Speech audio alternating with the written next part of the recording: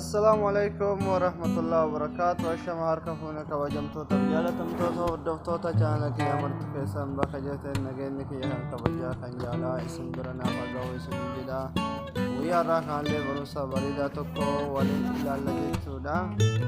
Imeela kennarraa waan dirqama sirreeffachuu qabnu waliin ilaalla. Kanaaf imeela kenna akka seera qabeessatti gochuu verify gochuun dirqama karaa sirriin karaa professional ta'een akka itti verify goonu waliin ilaalla jechuudha. Imeela kenna yeroo verify goone seera imeela kenna hin goone jechuudha.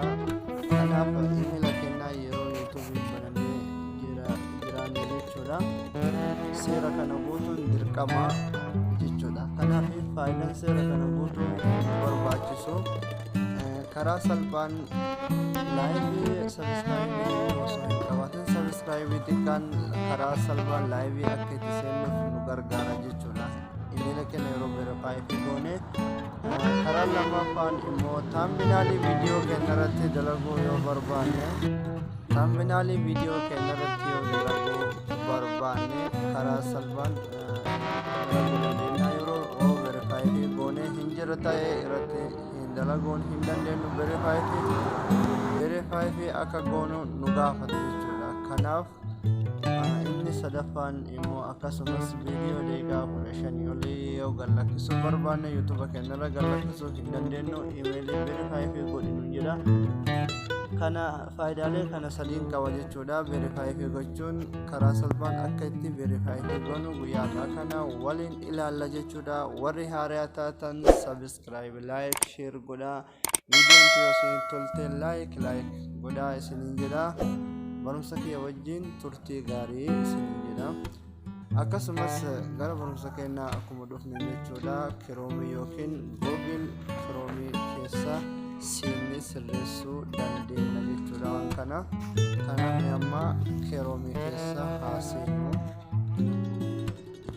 akkuma Chrome keessa seenneen fuula haaraa kana nuuf baasa jechuudha. Kun fuula haaraa nuuf baasa jechuudha. Google account jennee itti barreessina bifa kanaan akkuma bifa kanaan Google account jennee itti barreessineen search goonen jechuudha. Kana nuuf baasa. Sarchi gooneen karaa fuula kanaa itti dabarsa jechuudha. Akkuma fuula kanaatti dabarseen iddoo Google account jedhu kanarratti kilik goona ni eene jechuudha. Akkuma kilik goone jechuudha barreeffama asitti nu baasa jechuudha. Go to Google account kan jedhu kanarratti kilik goona.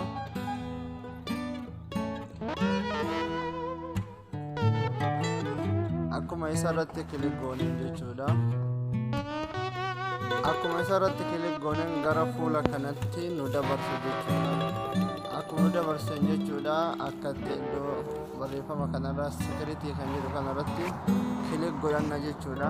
Kana sirreeffatu karaa nama itti sirreeffannuun eega kanattu dabarsee booda iddoo kana nuuf fide jechuudha. Murteessan kan barbaachisu use your phone to sign in jedha. Lakkoofsa keetiin galii verify godhii nuun jira jechuudha. Steepiin kun oofila jira. Oonitti akka dureeffannuuf nu gaafata jechuudha. Steepii tokkoffaadha jedhama jechuudha. Inni gadi aanu kun akkasumas steepii lammaffaa tu steepii verification kan jedhu kunis oofii jira. Kaalachuu yoo oonii godhachuu qabna dirqama jechuudha. Kanaaf karaa salphaan amma isa tokkoffaa kanarratti kilik goona jechuudha. Akkuma kilik gooneen gara fuula kanatti nu dabarsa. Akkuma dabarseen next kilik goona ammas. Eega next kilik goonee boodas gara fuula kanatti nu dabarsa.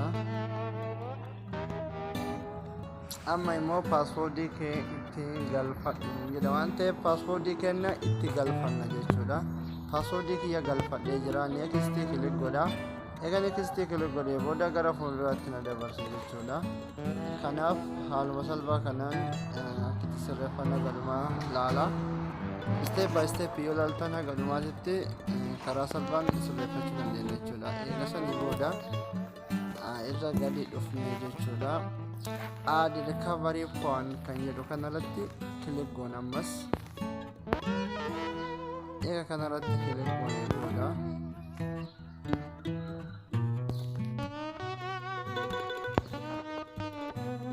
bifa kanaan lakkoofsa kee itti galfadhu naan jedha. Kan verify fi ittiin gochuu barbaade san itti galfadha lakkoofsa kiyya jechuudha. Lakkoofsa kiyya akkuma itti galfadheen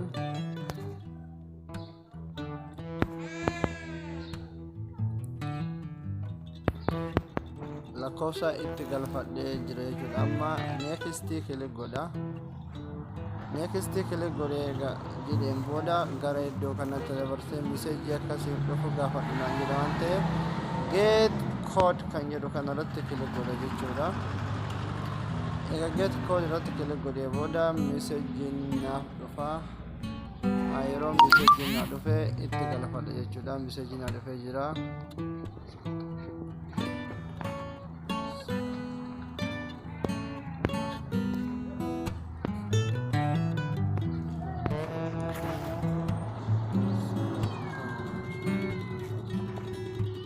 Amma koodii biyya itti galfadhee jira. Verify kan jedhu kanarratti kilik godha. Amma haaluma salphaa kanaan irratti sirreeffachuu dandeettan jechuudha.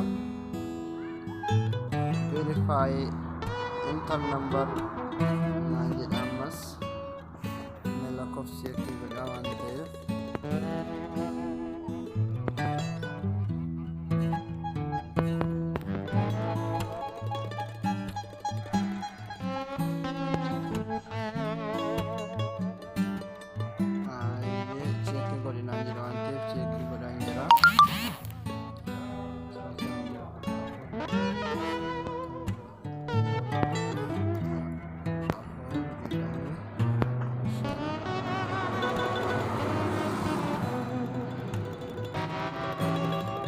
check godhaan jira jechuudha. Lakkoofsaan waan dogoggoree jiruuf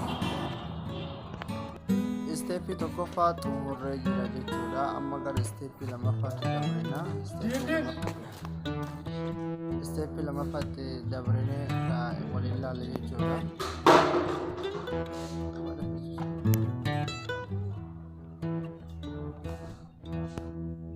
Isteeppii tokkoffaa xumurree jira. Amma gara isteeppii lammaffaa verification inni kun murteessaadha jechuudha. Namni tokko imeela keessanii paaswoordii keessan illee qabaate imeela keessan cabsee seenuu karaa salphaa itti hin dandeenye jechuudha. Yeroo inni itti yaalaa jiru miseejii isin irratti dhufa. Namni tokko imeela keessan isin duuba yoo itti yaalaa jiraate miseejii isiniif erga jechuudha. Kanaaf inni kun murteessaadha. Qullofuu qabdan dirqama jechuudha. Kanaaf isa kana kee sirreeffachuu jechuudha. Isteeppii lammaffaa kana ammas kilik goone jechuudha. Akkuma duraatitti egaa kilik goone booda haala kanaan eegalu baasee kanuma kana dandeemnee get started kan jedhu irratti kilik goona. Get started kilik goona jechuudha.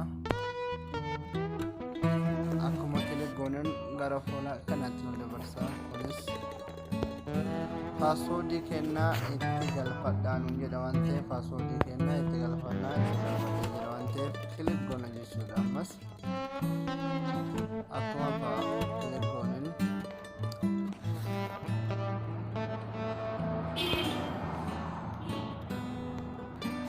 akkuma kilik goonen jechuudha. Ammas continue jedha. Continue kilik goona.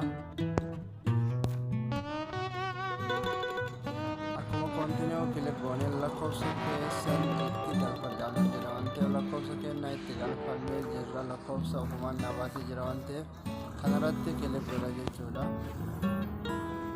Send kan jedhu irratti kilik godha. Send irratti egaa kilik godhee booda miseejii keelirraa naaf dhufa waan ta'eef miseejii eeggadhaa. Miseejii keessa 85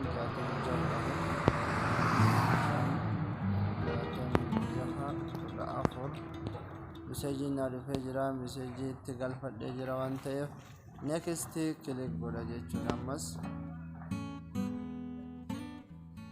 turn on godhu naan jedha. Turn on godhee jira jechuudha. Xumuree jira jechuudha. Turn on godhee jira.